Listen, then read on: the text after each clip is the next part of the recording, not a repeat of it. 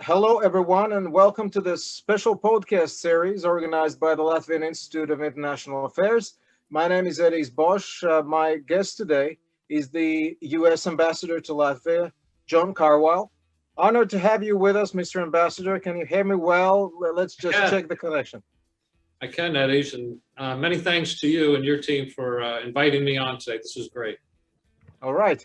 The ambassador has kindly agreed to spend the next half an hour or so with us to discuss what is going on currently in US-Latvian relations and what is going on more generally in the transatlantic relationship. This is a very fitting moment for this conversation. The new administration of the United States has begun work. President Biden's foreign policy team has been appointed. And just last week, President Biden addressed the Munich Security Conference, laying out his vision for the transatlantic agenda. It was a keenly anticipated speech, being as it was one of the first detailed foreign policy pronouncements of the new administration. Diplomats and analysts all across the world have been examining the content and the language and the nuances of what was said. And with the help of the ambassador, we will also do that today in order to better grasp the significance of all of this to the US-Baltic and the US-Latvian relationship. By the way, Mr. Ambassador, it was great that President Biden mentioned Riga in his address at the Munich conference. Did you have a hand in this, Mr. Ambassador? I'd like to say I did, but I did not. But we were also feeling good about the reference from Rome to Riga. So, and I passed that along to my colleagues at other European missions to let them know how important we were. All right. So the quote was, the United States will work closely with our European Union partners and the capitals across the continent from Rome to Riga to meet the range of shared challenges we face. Okay, we will come back to President Biden's speech in a moment, but let me begin by referring to an older statement by President Obama 5 years ago when he addressed the internal political divide in the United States. And he said that America divided into warring tribes, I quote, contradicts everything that makes us the envy of the world, end quote. Mr. Ambassador, my question is, we've been through the election cycle. Once again, all of the world obviously follows the American elections as if it was their own election to some extent. Obviously, that is a sign of how important the United States is to the world. But referring to that quote, I think an important quote, and by the way, the new Secretary of State, Mr. Blinken, also told the State Department employees last month, he said, the world is watching us intensely right now. They want to know if we can heal our nation. So my question is, Mr. Ambassador, have you felt that the intensity of American domestic debates over the last few years has somewhat affected American standing in the world and your ability to get things done internationally? Well, I would leave it to other governments to make a comment on whether it affects our leadership directly, or to what extent it has affected our leadership overseas. But I will point out that both the Secretary Blinken, and especially the President, have said that America is back. We have to do a lot of work to regain the trust of our allies, to repair some of the damages that have been done to the alliances, including the transatlantic alliance. And as you mentioned, the President made an important speech at the Munich conference. And I would point to that, as well as the Secretary's speech, as you also mentioned, at the State Department, and also some public remarks and an editorial that our new Secretary of Defense, Austin, has issued sort of as the outline, the first cornerstones, I think, of the Biden administration foreign policy. Now, a lot of things remain to be done in terms of reviews, in particular, our position vis-a-vis Russia, what we're going to do, our way forward in terms of Iran and China and other important areas of the world. So the administration is taking a look at these things. But I think the underlying message is that America is back in its traditional role as being a leader or the leader in the transatlantic alliance. And we're looking to repair some of the damage that the president has referred to over the last few years. What has been the initial reaction from your counterparts in the Latvian government to what they heard? Have you had any of those discussions yet? I have some, and I can't, for obvious reasons, go into the actual details of it, but the conversations, the interaction with the host government here, to some extent, or to a large extent, has reflected the public comments that I'm sure you have seen from the Prime Minister and the Foreign Minister, including their tweets soon after the inauguration. In his address to the conference, President Biden, as you said, reassured America's transatlantic allies. He said America is back. He said Article 5 is ironclad. He stressed how important it is for the Democratic camp to stick together as we face the challenge of the authoritarian regimes of this world. President Biden mentioned specifically the challenge posed by Russia and China.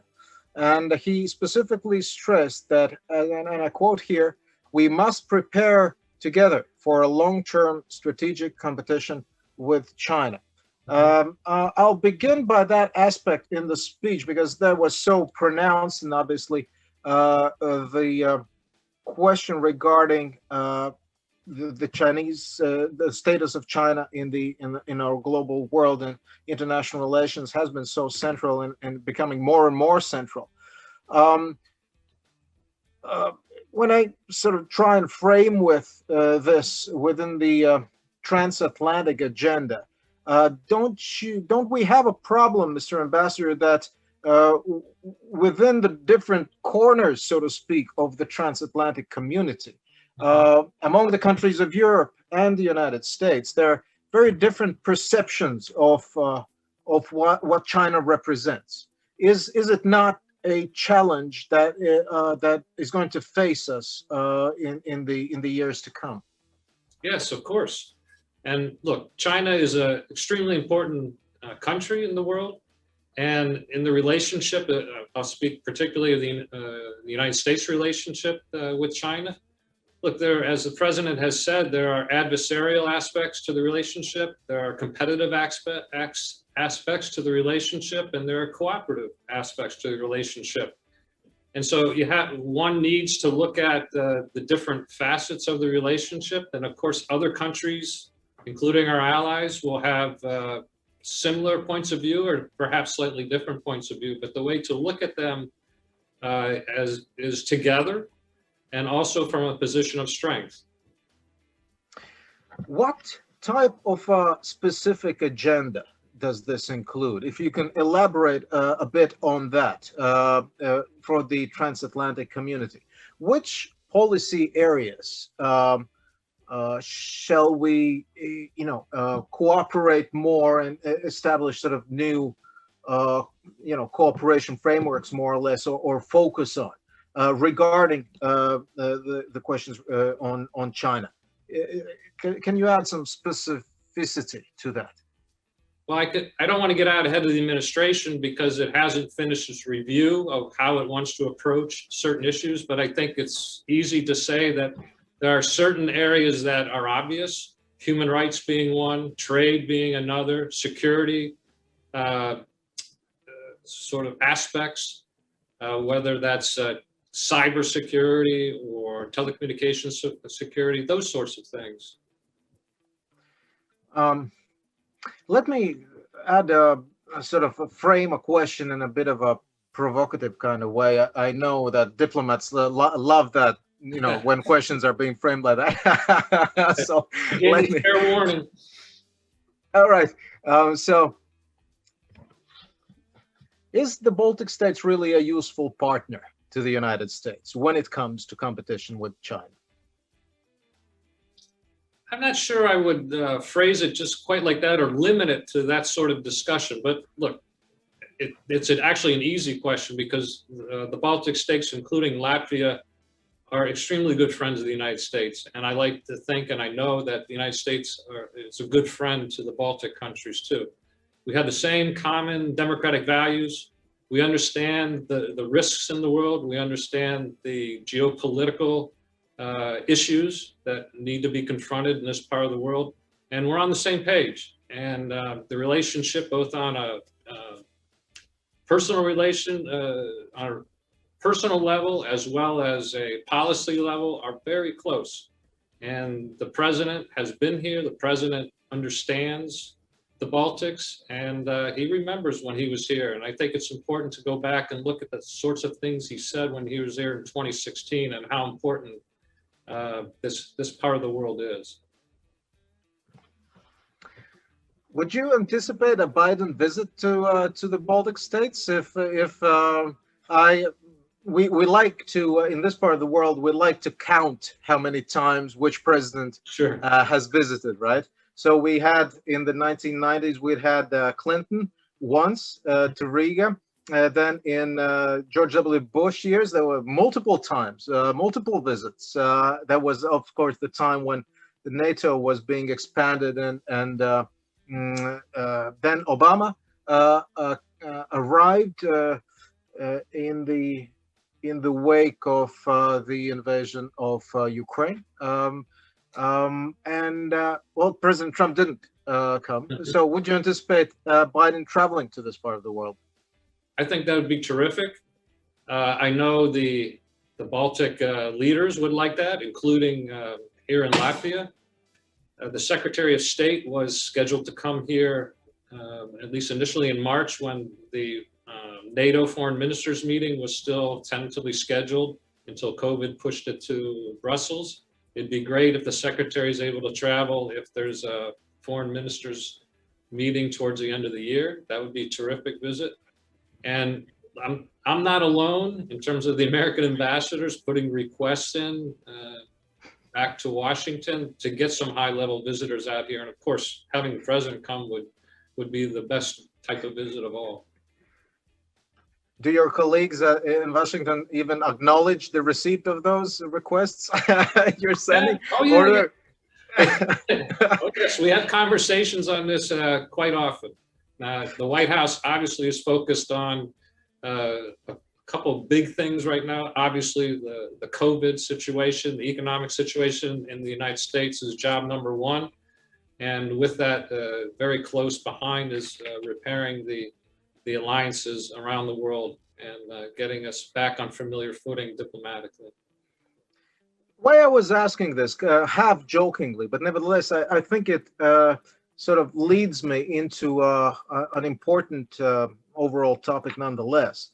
It is, I mean, the Obama administration already, it was years ago, announced the pivot to Asia, right? And back, it was like 10 years have passed, more than that, since the announcement of that policy.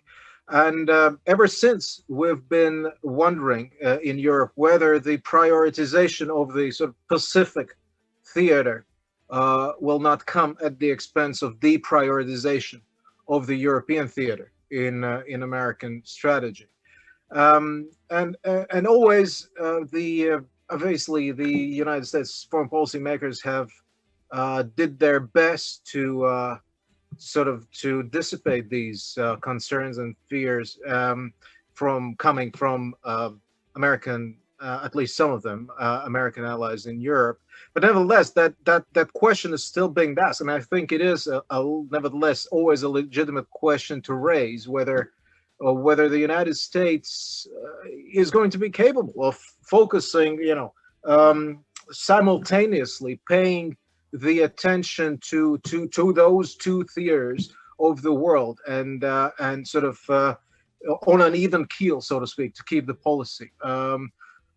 can you, I mean, add something to that? I know this is going to be a 100th reiteration of perhaps the same thing, but nevertheless, I think it is useful from time to time to return to this topic to sort of check the temperature of when a new administration is coming in and new officials are being appointed and new policy papers are being drafted. It's a great question. I think a lot of this we'll find out over time, but East Asia, specifically China, will continue to be an extremely important foreign policy sphere for the United States, or arena, if you will. But I think it's quite important to remember where the president spoke first. He spoke at the Munich conference. Secretary of Defense Austin also addressed the Transatlantic Alliance partners first. You're seeing things come out of Washington reiterating the importance of the Transatlantic Alliance, including in addressing issues in the Pacific area. I'll switch now to the topic of Russia. You already mentioned, obviously, that this is a portfolio that still needs to to be sorted out in a sense. Detail needs to be added to what policy is going to look like. So President Biden mentioned that the challenges with Russia may be different than the ones with China, but they're just as real. He mentioned all of the different sort of planes, areas, or how that relationship is competitive, corruption being weaponized, hacking, disinformation, and all of these things. Once again, bearing in mind that you don't want to be, in front of the formulations coming out from Washington, right? This is still in process, but can you think of something that perhaps once again can we try and be more specific in coming up with new formats or new instruments to stand up to these challenges? Anything specific, maybe coming out from the region as well? For example, the former Latvian foreign minister and former Latvian ambassador to the United States, Edijs, has put out an opinion editorial shortly before the election. He said, well, maybe all of these issues might lead us to thinking about, for example, opening an FBI field office somewhere here in Central Eastern Europe, maybe in Latvia as well, to tackle these issues better and to sort of open up new avenues for cooperation and new avenues for the United States presence in the region. So anything to add at this point on this? Well, Edijs, that was quite a broad question. But on Russia, I will say, again, you referred to the administration still looking for how it's going to move forward. But I think it was very important to note, or it is very important to note, one of the first things the administration did was to propose an extension, a 5-year extension of the New START agreement, which was quickly accepted by the Russian government. And I think this is a good thing. It keeps a cap on some of the core nuclear weapons of Russia and allows certain inspection rights and that sort of thing. And that's important as an indicator that the United States is looking for areas we can cooperate in, but also there's going to be many, many areas that we disagree on, that we have fundamental differences on, including human rights, the rule of law, treatment of people such as Mr. Navalny. And I think my government has been very strong and very clear in its reaction to the arrest of Mr. Navalny, and other issues such as territorial integrity issues, whether it's in Georgia or Crimea or in Ukraine. These are the sorts of things I think the United States, this administration, will take a very clear-eyed view towards Russia, looking for places to cooperate, but there's going to be many places where we're going to have fundamental differences.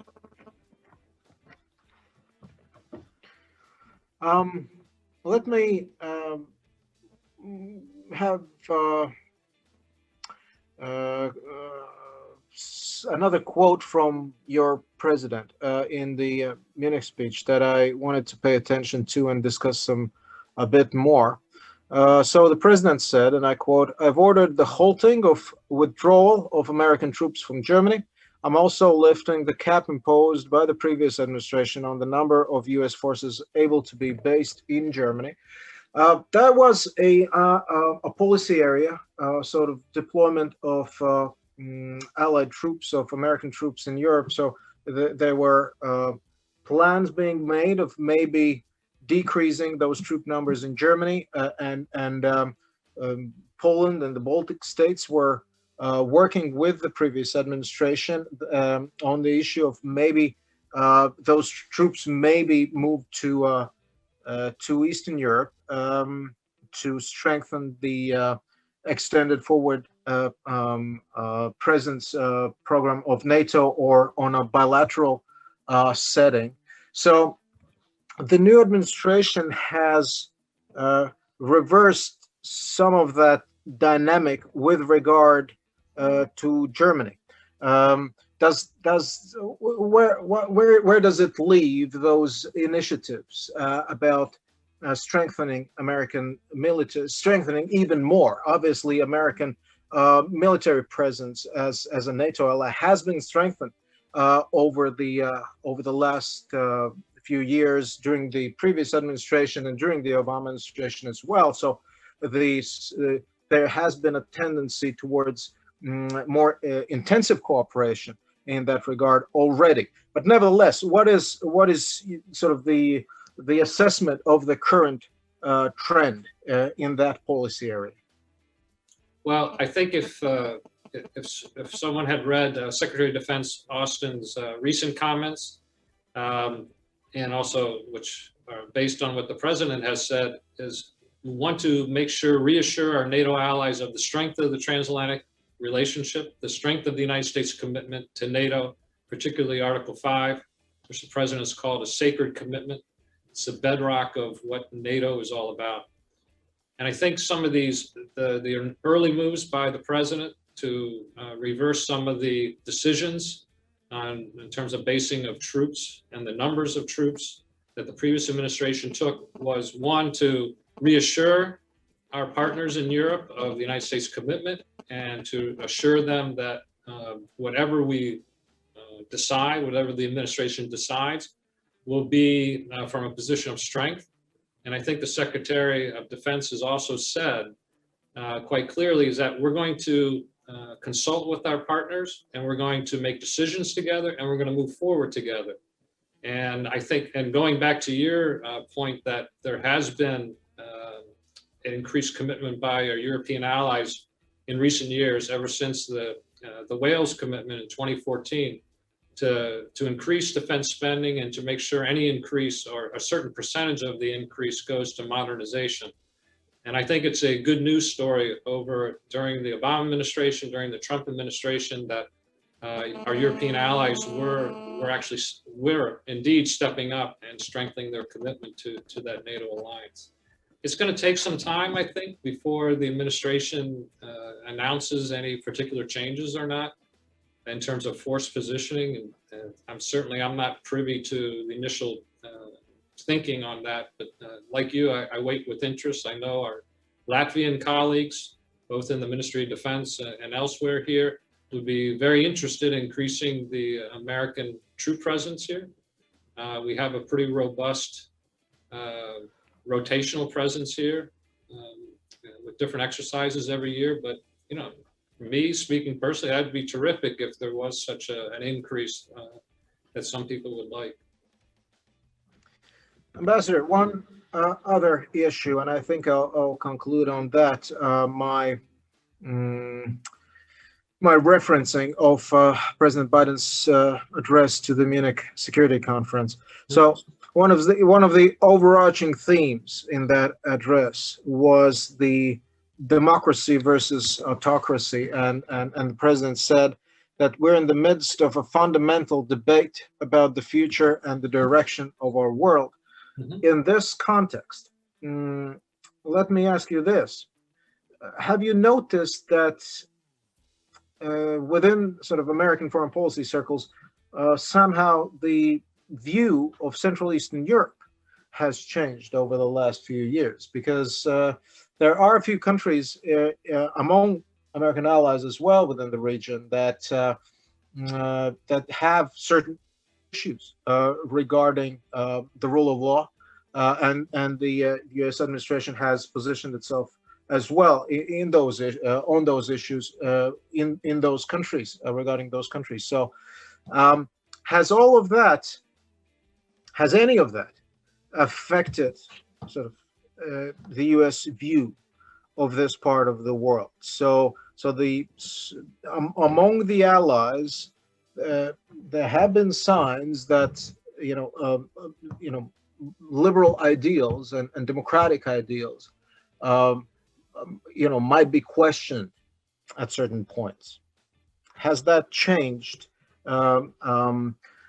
view of this region? Well, in that speech, I think that's where the president also said we're at an inflection point in history. And what we do now, future historians will look back on what countries did and how they promoted interests that were important to them. And I think the president also mentioned something that is very key to his thinking, whether it's looking what has happened in my country or more broadly throughout the world, in that democracy is a fragile thing, and one has to fight for it. One has to stand up for it. One cannot be shy on it. But there are fundamental truths, whether it's human rights, whether it's other tenets of a liberal democracy, that have to be fought for. And the best way to do that, again, as the president has repeatedly said, as the Secretary of State has said, and as Secretary Austin has said, we have to do it with our allies. We have to do it with our European allies and other allies around the world.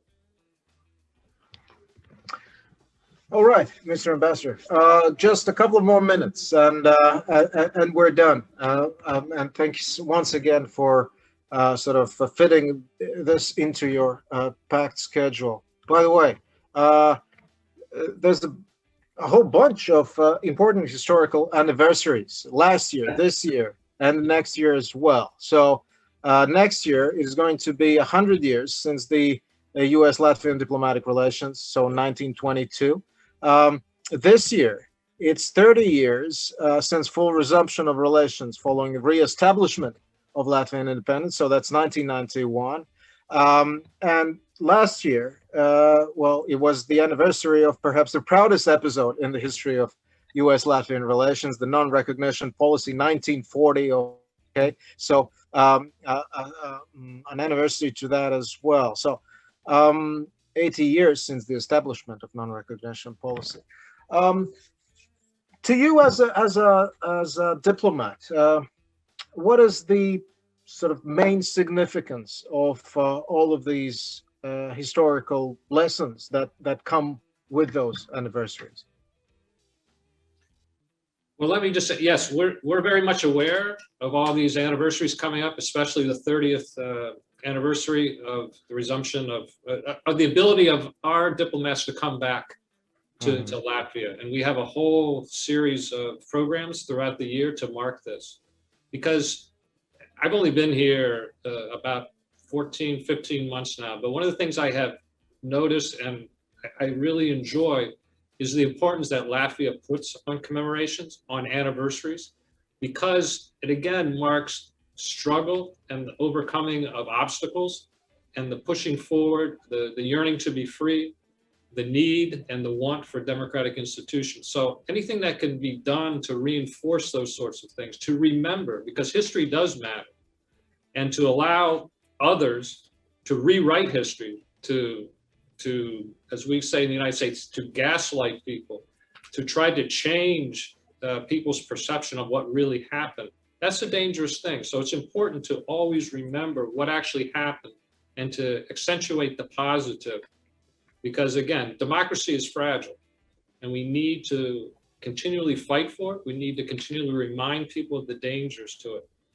And on the 80th anniversary of the non-recognition that Sumner Wells proclaimed, or on behalf of my government, We understand that. In fact, the street where the embassy is located is named after Sumner Wells.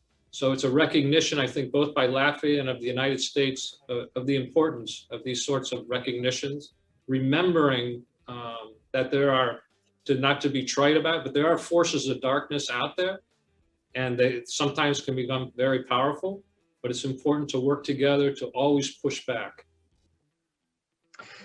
Mr. Ambassador, this is an exciting period of time because the new administration has begun work, and obviously there's a work needs to be done to reformulate the policies and to add detail to those policies. So I'll just in conclusion I'll ask that you come back at some point and we continue this conversation at some later point, because the US-Latvian relations such an important